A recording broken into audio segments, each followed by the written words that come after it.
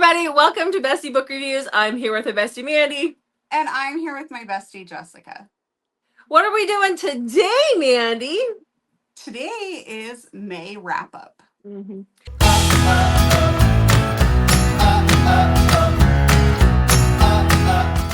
I keep wanting to say June wrap-up. Not quite. Yeah, I don't know why. I don't know. Yeah. Well, I don't know. All right, so let's talk about May. But before we do, what do you want to tell the lovely people watching? Well, we would love for you to hit that subscribe button and like and comment below. Let us know how your May reading month was. Mm-hmm. Okay, well, speaking of, how was yours? Mine was pretty good. I did not have nearly as many 5-star reads as I did last month. That's so good. I don't know if I got more picky or what happened in May, but yeah. I read a total of 36 books and 8 were 5 stars. Okay, that's kind of equal what I did, because I read 42 books and I had 12 5-stars. So I gave out 5 stars a lot more this month. A lot more. Nice. Mm-hmm. So I don't know if you're rubbing off on me or what. I don't know. Actually, I had some really good books this month, so yeah. Well, that's a good thing. Yeah, it is a good thing. Having a lot of 5 stars is a bad thing. It's a good thing. Yeah, it's a good thing. Means there's some good books out there. Okay, so let's do our countdown 5 to 1. So ready for my first one? Yes. I knew you would be. Okay, so the first book that I have, my book number 5, is one that Mandy's already read. It's Obsession by Harley Beck. I really enjoyed this one. Obviously, it made my top 5. Don't know why I just told you guys that. But this is about Savannah. Just habit. It's habit from our 1-minute book recs. So this is the story of Savannah. She is a reporter, and she hasn't been a reporter for very long. She just kind of fell into this job, and she's only been there for like 2 months when she gets the chance of a lifetime to interview Robbie, who is a notorious serial unaliver. And he is on death row, and his date for execution is coming. And so she has been chosen to go in and interview him. She's going to spend an hour a week with him for, I mean, it doesn't give us an exact amount of time, but for many months leading up to his execution. And there's a lot of questions as to why and how, and all, like, why her? What's going to happen, because this is a romance. Like, how's this going to work itself out? But that's all I'm going to tell you guys, because I don't want to give anything away. But that was definitely number 5 for me. I'm still thinking about it, so that's a good thing. All right. Okay. So coming in at number 5 for me, and all of this was difficult, but I was able to do it this time. Okay. So proud of you. So I have Hugo by Jennifer Milliken. And this is Mallory and Hugo's story. So Mallory has come to town. She runs her own true crime podcast. And it's kind of a passion project that's a little bit close to the heart. And you find more about that as you read the book. And she comes to town and she really wants to talk to Hugo about his dad's murder that happened about 20 years ago. And his family has kept it on the down low. They just have not spoken publicly about it. And Hugo has zero desire to talk to her and has evaded like any correspondence that she's tried to have with him. Well, she comes to town, ends up having a conversation with him, and confesses like who she is. Hugo is not happy, but after talking to his mom, he realizes that maybe he does need to talk about what happened, and maybe they could get some closure by doing this podcast. So he agrees. But as him and Mallory spend time together, he discovers that Mallory is pregnant and baby daddy signed over rights, wants nothing to do with the situation. And he starts to feel a little protective of her and her unborn child because somebody in town is not happy that she is there asking questions and stirring up things from the past. I don't know why it won't let me go back to solo layout. What? That's interesting. It was not letting, like, the solo layout was not there. Huh, that's weird. Yeah. That's really weird. Did I click on the, like, I feel like I know where to click. I think you should after all these years, but okay. All right. Well, So I clicked you. You're welcome. You're very welcome. Otherwise, you would have been stuck by yourself for a very long time. Yeah. Yeah. There's something about a book where the baby that she's pregnant and the baby's not his, but there's just something about that I like. Mm-hmm. I get that. I do. Yeah. Okay. Speaking of babies, let's talk about my next book. Book number 4 on my list is Read by BJ Alpha. This is book number 4 in her Storm series, Storm Enterprises. This is about Gia and Reed. So both of them are lawyers. Reed is trying to get this deal to go through with this plot of land in the city, and so he is actually away, and he's at this hotel. He's had a rough day, and he meets Gia. And Gia is also a lawyer. They end up having a one night stand, this crazy one night stand. And the next day she's not there. So then we fast forward 6 months later, and he is still trying to get this plot of land, like, get this area he wants to develop. And he goes to see where it's at, and there is like a rec center there, and they're having a big party. And he sees Gia sitting behind this table. And when he gets close to her, she stands up, and he also sees the baby bump that he left behind. And then her kid comes running up to him all dirty and great. Anyhow, it's really good. That's just kind of the start of the book. He keeps big secrets from her, but I loved it. I loved how he like was a germaphobe, but kids are dirty, and he was freaking out every time the kid would touch him, but yet he wanted to be a dad to this kid. It was really good. So I do like the Yeah. Storm series. Yeah. I'm a germaphobe. No, you're not. Keep your germs to yourself, Jessica. You keep your germs to yourself, Mandy. Okay. That's all good. You got kids, you got germs. Yeah. You have where kids bring germs in all the time. I know, I'm in the wrong profession. You are the wrong profession. For not being a fan of germs. Actually, yes, I just don't like getting sick. No. Nope. Yeah. So, okay. All right. What do you got for number 4? Number 4. Mm-hmm. Oh, you can see my microphone. Sorry. Okay. Number 4 for me is Spotlight by Rebecca Jinchak. And this is the last book in the Holland Brothers series. So it just kind of, I think, made it a little extra special. If you've read the series, the epilogue just is wonderful and really wraps everything up. So I think that really it was such a good way to end the series that the book just really stood out to me. So we have Olivia and Flynn's story. Flynn is the youngest of the Holland brothers. He's a baseball star. He kind of blew his moment that we saw in the last book. And so he's desperate to get picked back up by a Major League Baseball team. And one night when he is in New York trying his darndest to get on the team that he wants to be on, he ends up meeting this girl on this balcony next to his, and that's Olivia. And they spend the night together, but only talking. And they just have this really deep connection. And the next morning, due to some circumstances, they don't end up exchanging any information and kind of feel a little bummed out about how everything ended. So we fast forward to Flynn finally gets on a team, but it's on the Mustangs, which is the worst team in the league. And he is now back in his state with all his brothers. So he's kind of excited to be back with his family, but still like not super excited he's on the Mustangs. Well, it turns out Olivia is best friends with his brother's girlfriend. And so she kind of ends up in his orbit again. She has a daughter. She's not really interested in this dating situation. And he slowly starts to try and win her over, and he takes such good care of her and her daughter. And I just loved it so much. It's just one of those really good, like kind of feel good type stories, if you will. Oh, thank you. I was really nervous that it wasn't going to be there again. Oh, I loved it. I just loved how it wrapped up the whole series. Okay. All right. Well, the book that's coming in at number 3 for me is Unwanted by Izzy, or it's actually Wanted. I always want to say the un part because it's part of their un series, but they cross the un out, so it's you don't say the un. Okay, so it's Wanted by Izzy Sweet and Sean Moriarty. This is book number 2 in the un series. This is a paranormal secret society premise for this book. So this is about our heroine, who is Elena, and when she is 10, they take her before the prophet, because these guys like fight against vampires in this religious cult situation. And she's taken before the prophet, and she is declared tainted. And so when that happens, they take her. Obviously, guys, this is really, really dark. They keep her beneath the church for 10 years. She's abused daily.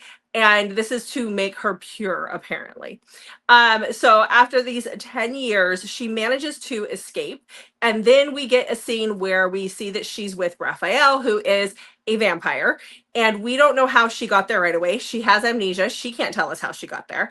But she is his blood mate, like his fated mate. But when he goes to smell her blood, which he's supposed to drink, he tells her yet again that she's tainted. Something is wrong. They've done something to her to make her tainted. So this is their story. That's pretty much all I'm going to give you for it. It's really freaking good, like really, really good. I like both books in the series. Very dark though. Mm-hmm. All right. Okay. What's book number 3 for you? Just don't even know what to say sometimes about the stuff you read. You read it too. Well, you read the first one anyway. What? You read the first one. I did? You did. You did. Yeah, it was the vampire one with the girl spinning above. Spinning above? Yeah. He was drinking her. She hung above him. You totally called me when that scene came up. I think you might have a different friend. No, it was one of our convincings. You read it. Huh. Uh-huh. Must have blocked that one out. I have no idea what you're talking about. I can tell. Okay. All right. So I read a good book by Julie. That's the title. Yes, and that is number 3 for me. For this again, now things got really difficult for me to make choices, but I just did. It's the last book in the Sunday morning series, and this is Gabby's story. Gabby is now a freshman at college. She has picked the college that Matt went to. Matt is her sister's ex from book number 1, and she has been not so secretly like infatuated with him, has planned out their entire life in her head, which is actually kind of relatable when you're a teenage girl, right? And so she is now at this college. Her best friend Ben has come with her, and they're going to college, and she is desperate to get Matt's attention when she realizes that Matt is way more experienced at things than she is. So she gets Ben to practice kissing, and that kiss changes everything. And then something happens, and Ben kind of disappears out of her life. So I'm going to leave it at that because I don't want to give anything away. But, oh, it was so good. Okay. All right. So the book that made the number 2 spot on my list this month is one that I know a lot of people out there were wanting to read, and that was Born for Lace by Nikki Harris. So this is the second in her Cradle Common series. Definitely. I think you probably should read them in order. I'm just saying, I don't know. Audio came out on the same day. It was great. But this is about Delilah. She is a lace girl. And the job of the Lace Girls is basically to provide comfort to the guys in the cradle. This is dystopian for those who don't know. Basically, they drink a tea that puts them to sleep, and then their master does whatever he wants to them, and they don't know what's going on. It was very interesting seeing the Lace Girl perspective. But she is with a friend of hers who's also a Lace Girl who stopped drinking a specific tea that is supposed to keep them from getting pregnant. And the girl is giving birth at the opening of this book. And this girl passes away. She dies from complications of childbirth. And she tells Delilah that she needs to go and find this guy. She gives her the name, and that she's already figured out how to get them out of the Cradle Common area, or out of the area that they're in, and to keep the child safe. There's a reason why they need to keep the child safe. And so as she's fleeing, she finds this guy, and he also has this big 7-foot tall third eyelid, because Mandy can't let that go, guy with him, and that is Logos. Now, Logos wants nothing to do with her. It is very much a grumpy son. Like, he really wants nothing to do with this girl. But she is trying her best to save this baby, and they are on the run, and they are fleeing. And so that is their story. Hi, what you been looking at? I'm looking at my notes. What do you got for book number 2? I don't have book number 2. Why not? Because I have a tie for first place. Of course you do. Okay. Were you a little bit suspicious that I wasn't complaining heavily about doing this video? I've learned not to, and I've learned that you're going to cheat the system every time, so I'm never surprised. Never surprised. Come on. Yeah. I couldn't, no. So, Okay. Okay. All right. the reason that I picked this book to be it's tied. And the Okay. reason I'm going to go with it next is because it is a duet. Okay. Okay. But you will not make me choose. Okay. Okay. I go along with a lot of your shenanigans, but this is where I'm drawing off the line. Okay. Spit it out. First verse by Okay. L.M. Holleran. Okay. Is one of my number one reads of the month. So this is Eva and Wilder's story. This is the second generation from Breaking Silence and Breaking Giants. You don't have to read those if you don't want to, but it does help understand a little bit of the dynamics that are going on if you do read that. And this is part of the Perfect Song Duet. This is number one. Number two comes out in June, so not too much of a wait for this, but I think it's towards the end of June. Anyways, so we have two very broken souls that have been besties, like really close friends since they were basically born.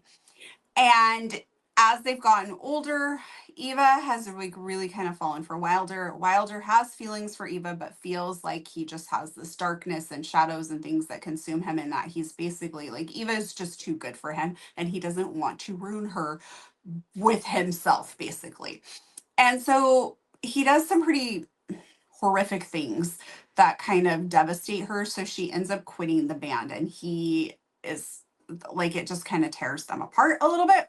He has a girlfriend that supplies him with drugs, and he just makes a lot of bad choices. And eventually they decide that they want to be together, but it's not that easy to give up addictions. And so this book is really powerful. I loved it a lot, and I cannot wait for the next one.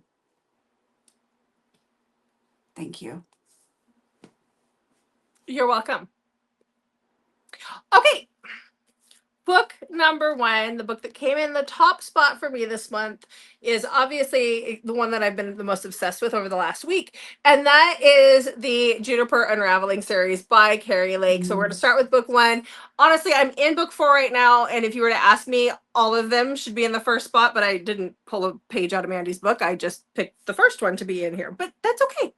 I don't have multiple books in a series that I'm doing, Jessica. But I do think I'm in the middle of the fourth one, and I think that one's probably going to be 5 stars as well. So, I mean, these are great. So these are post-apocalyptic. The first book is Juniper Unraveling. This is really hard to describe what's happening here because we see two different POVs when the book starts, and that is of a female main character, and that is Danny and Ren. But we also find out about Six, who is our hero in this book. So Danny is very young; she's 14, and when the book opens up, her mom is shaving her head, and she is rambling on and on about how they only take the boys. So the apocalypse has happened. These kids, Danny, her generation are the first ones to be born after the apocalypse has happened. There's ragers is what they call them, but that basically they're zombies, or there's a type of zombie that has taken over. This illness has taken over. And there is this group called the Legion. They wear all black, and they will break into these areas that house families, and they will take only the boys, and they will kill the girls. And so she has a 3-year-old little brother and herself, and her mom is shaving her head and telling her to be a boy. And the house gets broken in, and those horrible things happen. It is very dark. It's hard to read right away. But Legion takes them to a compound where these kids are experimented on, basically. They're trying to find a cure for this zombie apocalypse, and these poor kids are being experimented on. And then we also see the story of Ren, who lives in this gated community, this gated compound that's right next to the, hospital where Legion keeps these kids. And one day she goes further than what she's supposed to, than what her father wants her to. And she sees this boy. So she's almost 18. This boy is like 19 on the other side of this wall next to the hospital. And that is where she meets Six. He's obviously hungry, and she befriends him, and then she brings him along. She brings him over the fence. Like, she's not supposed to do that. So this is their stories. I will tell you, it's just a male-female story. It's just a one couple throughout the whole book, but you have to get to the 50% mark before any of this makes sense. But it's so good. It's so freaking good. Hard to read, but very good. Nobody's safe ever in these books. So loved them.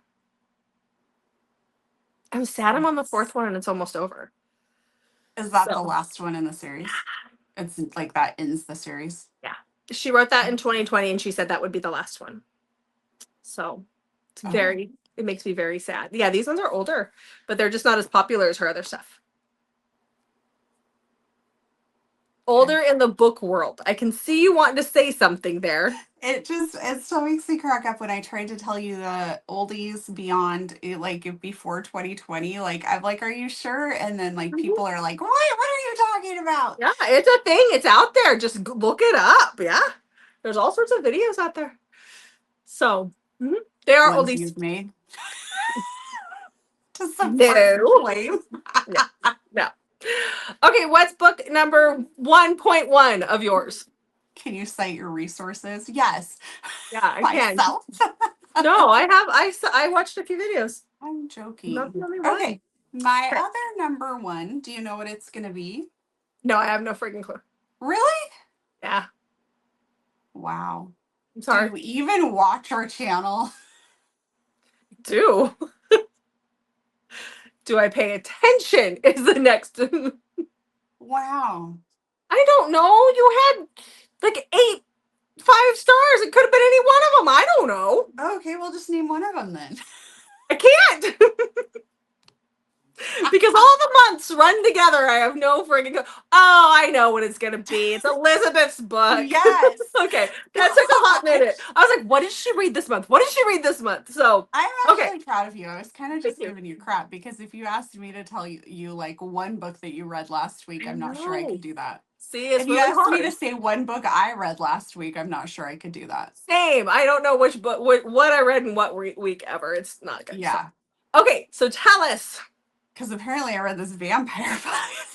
You did. I have it over there on my bookshelf too. Okay. Anyhow. My favorite bad decision by Elizabeth O'Rourke. So this is Kit and Miller's story. Kit works for her dad, and her dad is going to basically like turn a bunch of stuff over, like the marketing department or something like that, over to her at this magazine. But he tells her she has to go on this trip first. And so she has to go hike up Mount Kilimanjaro, or however you say Kilimanjaro. Kilimanjaro. And so she decides to go. And she gets to the airport and Miller is there, and she does not like Miller. Miller is her sister's ex-boyfriend from like 10 years ago. They run into each other occasionally, and they're enemies, type situation going on here. Well, it turns out that he is also there to go on this same climb, and I think I called it a hike, and I don't think people refer to that as a hike. Sorry. So he's there also to go on this same climb, and with the same company and everything. I think they do call them trails though. The same route. And she's like, great, this is going to be fun getting stuck with him for this trip. And so they go on this climb, and they are forced, this is like forced proximity. You can't get much more forced proximity than like climbing a mountain together. And then on top of that, there's an issue with some tents. And so they end up sharing a tent. And Kit kind of starts to forget why she doesn't like Miller. But here's the catch. Her sister is in a really crappy marriage and feels like Miller is the one that got away.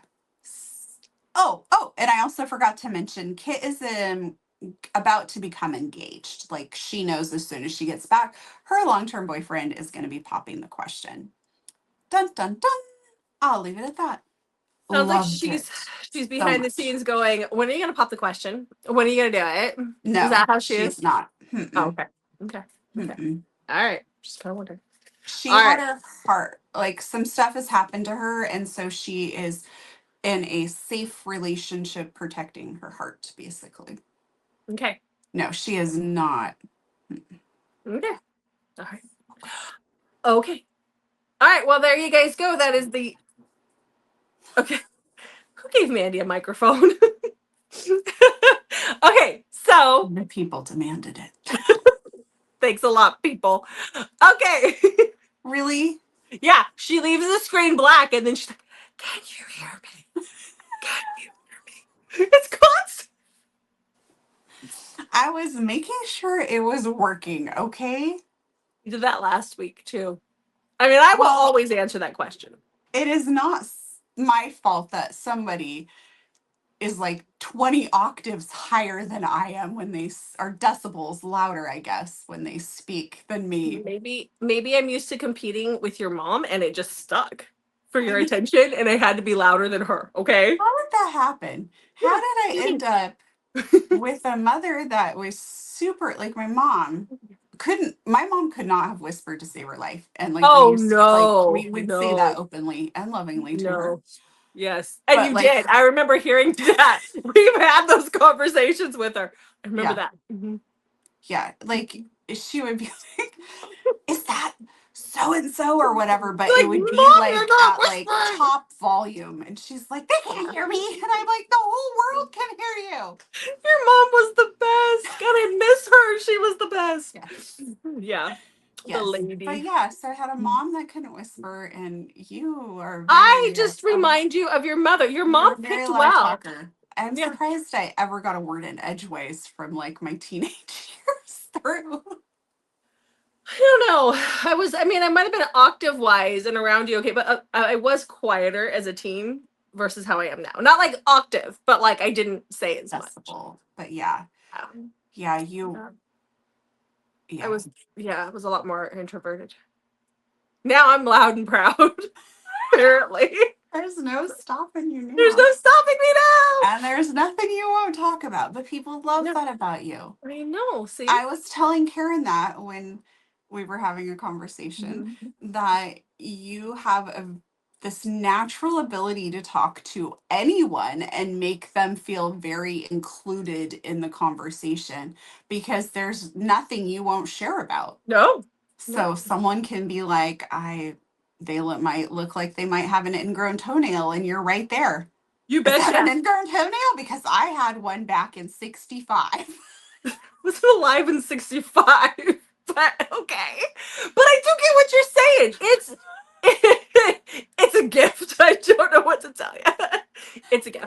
But My I think a part of 65 that is came like out. the whole being able to stand in front of a room of hundreds of women and just talk and give us like I lived for that in my previous job and I think part that's just making everybody feel comfortable. So, oh, You're maybe it very goes good with about that. it. You're very good at it. Thanks. Thanks. I'm not. I'm over here with my resting bitch face. Very unapproachable. It's what I'm here for. That's why we make a good team. All right, we've Yes. derailed. So let's We wrap have. this up. So there you guys go. There are our top 5 books for the month of May. Month of May each. Sorry, the Canadian was coming out in me. Eh? Oh, I thought you were getting ready to try to say April at first. And I'm like, Jessica has no clue what month it is Nope. anymore. I just left the M off of May and you get A. So, yeah. Mhm. All right. Okay. Well, if you're still watching, thank you. And please like and comment. And if you haven't, hit that subscribe button because you don't want to miss out on all this fun. No, you don't. You really don't. But thanks for watching all the craziness, and we'll see you in the next video.